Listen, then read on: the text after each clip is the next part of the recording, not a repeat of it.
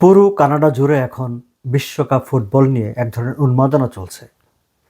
কানাডার যে শহরগুলোতে বিশ্বকাপের খেলা অনুষ্ঠিত হবে, সেই শহরগুলোয় খেলার ব্যবস্থাপনা কিভাবে হচ্ছে, কখন কোন দলের বিরুদ্ধে খেলছে, কোন দেশের বিরুদ্ধে খেলছে, ট্রান্সপোর্টেশন, হোটেল ব্যবস্থাপনা, শহরের জনসমাগম, এগুলো কিভাবে নিয়ন্ত্রণে রাখা হবে, সেই সব নিয়ে সরকার, স্থানীয় প্রশাসন, তাদের মধ্যে তো আলাপ আলোচনা চলছেই, জনপরিসরেও এ নিয়ে আলাপ আলোচনা আছে।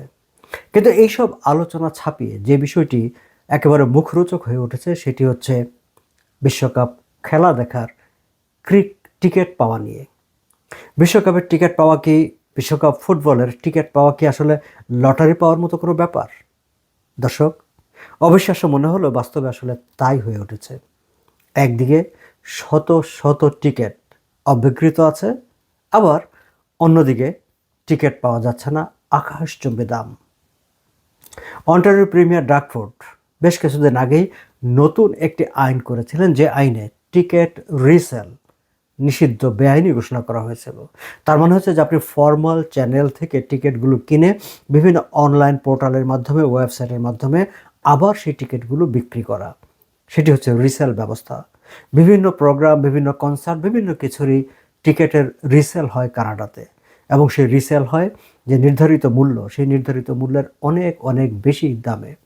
আমরা সাধারণভাবে বাংলাদেশে যেটিকে কালোবাজার বলে থাকি, এখানে আসলে একটি বৈধ ব্যবস্থাপনা গড়ে উঠেছে, সেটি হচ্ছে টিকিট রিসেলিং।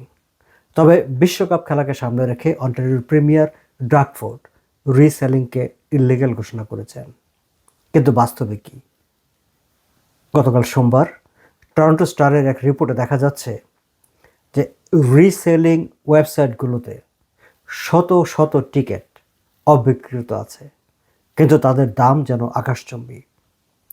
পত্রিকাটি উল্লেখ করেছে, $3,000 একটি টিকিট, সেটি রিসেল ওয়েবসাইটে লিস্টেড আছে প্রায় 64,462 দরে। হ্যাঁ, $64,462 একটি টিকিটের দাম ওয়ার্ল্ড কাপ ক্রিকেটের। এবং সেটি হচ্ছে আগামী 12 জুনের যে খেলাটি, 12 জুন টরন্টোর প্রথম খেলা, এবং কানাডা এবং বসনিয়া হার্জেগোভিনার মধ্যকার এই খেলাটি কানাডার in fact first world cup tournament, মানে কানাডায় যেই কটি খেলা অনুষ্ঠিত হবে তার একটি। এটি হচ্ছে 12 জুনের খেলার টিকিটের এই হচ্ছে অবস্থা। এখন $3,000 টিকিট 65,000 দিয়ে কেউ কি কিনবে? নিশ্চয়ই কিনবে। না কিনলে রিসেল ওয়েবসাইটে এত দামে এই টিকিটটি লিস্টেড আছে কিভাবে? দর্শক, তাহলে অন্টারিও প্রিমিয়ার ডাকফোর্ড যে আইন করেছিলেন যে রিসেলিং নিষিদ্ধ, বেআইনি, তাহলে সেই আইনের প্রয়োগ কোথায়? পত্রিকাটি লিখেছে, সরকারের মানে প্রভিন্সিয়াল গভর্নমেন্টের পক্ষ থেকে বলা হয়েছে যে তারা, যারা রিসেল করছে টিকিট, তাদের সঙ্গে যোগাযোগ করছেন, তারা প্রয়োজনীয় ব্যবস্থা নেবেন। কিন্তু রিয়েলিটি হচ্ছে শুধুমাত্র এই একটি নয়, অনেকগুলো ওয়েবসাইটেই এভাবে শত শত টিকিট রিসেলিংয়ের জন্য লিস্টেড আছে। যাই হোক, এতগুলো এক জিনিস, কিন্তু এর বাইরে আরও একটি চমকপ্রদ বিষয় আলোচনায় উঠে এসেছে। সেটি হচ্ছে পাশের দেশ মার্কিন যুক্তরাষ্ট্রের নিউ ইয়র্ক শহর। নিউ ইয়র্কের মেয়র জোহরান মামদানি, তিনি তার শহরের 1,000 ভাগ্যবান বাসিন্দার জন্যে মাত্র $50 বিশ্বকাপের টিকিটের ব্যবস্থা করেছেন। নিউ ইয়র্ক সিটি কর্তৃপক্ষের বরাতে গত সপ্তাহে তারা ঘোষণা দিয়েছেন যে প্রায় মাসাধিককাল ধরে ফিফার সঙ্গে দেন দরবার করে তারা শেষ পর্যন্ত সাকসেসফুল হয়েছেন, যে অন্তত 1,000 টিকিট তারা মাত্র $50 নাগরিকদেরকে দিতে পারবেন। এবং এই যে $50 1,000 টিকিট, এটি কেবলমাত্র যে তারা স্টেডিয়ামে গিয়ে খেলা দেখবেন তাই নয়, তার সঙ্গে আবার যুক্ত আছে স্টেডিয়াম পর্যন্ত যাওয়া আসার বাস ভাড়ার যে খরচ হবে সেটি সহ। এখন এই যে নিউ ইয়র্কের মেয়র এই কাজ, জোহরান মামদানি, তার নাগরিকদের জন্য এই কাজটি করতে পেরেছেন, সেই খবর যখন প্রকাশিত হয়েছে, তখন টরন্টোতে অনেকের মনেই প্রশ্ন জেগেছে, নিউ ইয়র্কের মেয়র যে কাজটি করতে পেরেছেন, কিংবা নিউ ইয়র্কের মেয়র যে কাজটি করেছেন তার শহরের বাসিন্দাদের জন্য, টরন্টোর মেয়র অলিভিয়া চৌ সেটি কেন করলেন না, কিংবা করতে পারলেন না? এ বিষয়ে অলিভিয়া চৌ সাংবাদিক সম্মেলনে ভিন্ন একটি প্রসঙ্গে সাংবাদিক সম্মেলন আয়োজন করা হয়েছিল, কিন্তু সেখানে তিনি এই প্রসঙ্গে তিনি বলেছেন, ও ফিফা নিউ ইয়র্ক সিটিকে কম দামে টিকিট অফার করেছে, আমাদেরকে তো অফার করেনি, আমাদেরকে অফার করলে আমরাও কম দামে কিনতাম। দর্শক, ফিফা কিন্তু নিউ ইয়র্ক সিটি কর্তৃপক্ষকে কম দামে মানে $50 মূল্যের টিকিট অফার করেনি। নিউ ইয়র্কের মেয়র ফিফা কর্তৃপক্ষের সঙ্গে দিনের পর দিন প্রায় মাস ধরে নেগোসিয়েশন করেছেন, দেন দরবার করে সেখানে জিতে এসেছেন। জিতে তার নাগরিকদের জন্য 1000 টিকিটের ব্যবস্থা করেছেন, যেটি $50 করা হবে। অলিভিয়া চৌ কি কারোর সঙ্গে কোনো যোগাযোগ করেছেন? সে খবর আমরা কোথাও পাইনি। তিনি কি ফিফা কর্তৃপক্ষের সঙ্গে দেন দরবার করেছেন? সেই খবরও কোথাও কিন্তু প্রকাশিত হয়নি।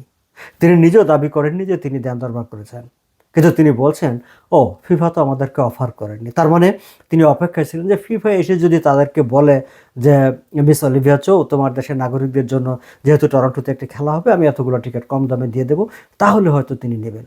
ফিফার কি ঠেকা পড়েছে অলিভিয়া চৌকে কম পয়সায় বিনা পয়সায় টিকিট দেওয়ার জন্যে, যেখানে টিকিট পাওয়ার জন্য মানুষ এভাবে লাইন ধরে আছে? রিয়েলিটি হচ্ছে অলিভিয়া চৌ আসলে চেষ্টাই করেননি। নাগরিকদের জন্য তার এই ধরনের বাড়তি কোনো সুযোগ, বাড়তি কোনো ব্যবস্থা করার কোনো তাগিদ ছিল না, কোনো আগ্রহ ছিল না। বরং আমরা তো দেখেছি যে টরন্টোতে যে ফ্যান ফেস্টিভ্যাল, যেটা ওয়ার্ল্ড কাপ উপলক্ষে ভক্তদের জন্য এক ধরনের একটা সেলিব্রেশনের যে আয়োজনটি করা হয়েছে, সেই আয়োজনে তিনি গত এপ্রিলে প্রথম $10 করে টিকিটের ঘোষণা দিয়েছিলেন। পরে এটি নিয়ে যখন তুমুল সমালোচনা শুরু হয়, তখন তিনি সেটি মানে বিনামূল্যে অন্তত একটা পোর্শনকে দেখার একটা সুযোগ তিনি তৈরি করেছেন, সুযোগ তিনি দিয়েছেন। ফলে তার নিজের প্রোগ্রামে যেখানে তিনি টিকিট মাথায় রেখেছেন যে নাগরিকদের পকেট থেকে তিনি বাড়তি পয়সা নেবেন, সেখানে নাগরিকদের জন্য বিশ্বকাপের খেলা দেখার জন্য কোনো বাড়তি ব্যবস্থা মানে করে দিবেন, সেই চিন্তা অলিভিয়া চৌয়ের মাথায় আছে, সেটি কিন্তু আসলে মনে হয়নি। কিন্তু অলিভিয়া চৌ আমাদের মেয়র, তিনি ঘোষণা দিয়েছেন তিনি আরও একবার নির্বাচন করতে চান। আগামী 26 অক্টোবর যে টরন্টো সিটির নির্বাচনটি অনুষ্ঠিত হবে, সেই নির্বাচনে তিনি আবার প্রার্থী হচ্ছেন। দর্শক, যাই হোক, আমরা অলিভিয়া চৌকে ভোট দেবো কি দেবো না, বা অলিভিয়া চৌর আর কি কি জবাবদিহি চাইবো, সেগুলো অন্য আলোচনার বিষয়ে আমরা আলাদা করে নিশ্চয়ই কথা বলবো। কিন্তু এই যে বিশ্বকাপ খেলা দেখা যে টিকিট, যেটি আমার পাশের শহর নিউ ইয়র্কের মেয়র জোহরান মামদানি তার নাগরিকদের জন্য একটি বিশেষ ব্যবস্থা করতে পেরেছেন, অলিভিয়া চৌ সেই ব্যবস্থাটি করার চিন্তাও করেননি। এটি হচ্ছে বাস্তবতা। যাই হোক, 12 জুন টরন্টোতে কানাডা বনাম বসনিয়া হার্জেগোভিনার যে খেলা, যারা সৌভাগ্যবান তারা নিশ্চয়ই মাঠে গিয়ে সে খেলা দেখবেন। টরন্টোর খেলা নিরাপদ এবং উৎসব মুখর হোক, কানাডা বিশ্বকাপে ভালো করুক। আর আপনাদের যাদের সুযোগ আছে, যারা মনে করেন যে আপনারা বিশ্বকাপ দেখবেন, দেখার সুযোগ আছে, তারাও নিশ্চয়ই বিশ্বকাপ এনজয় করবেন। ভালো থাকবেন সবাই।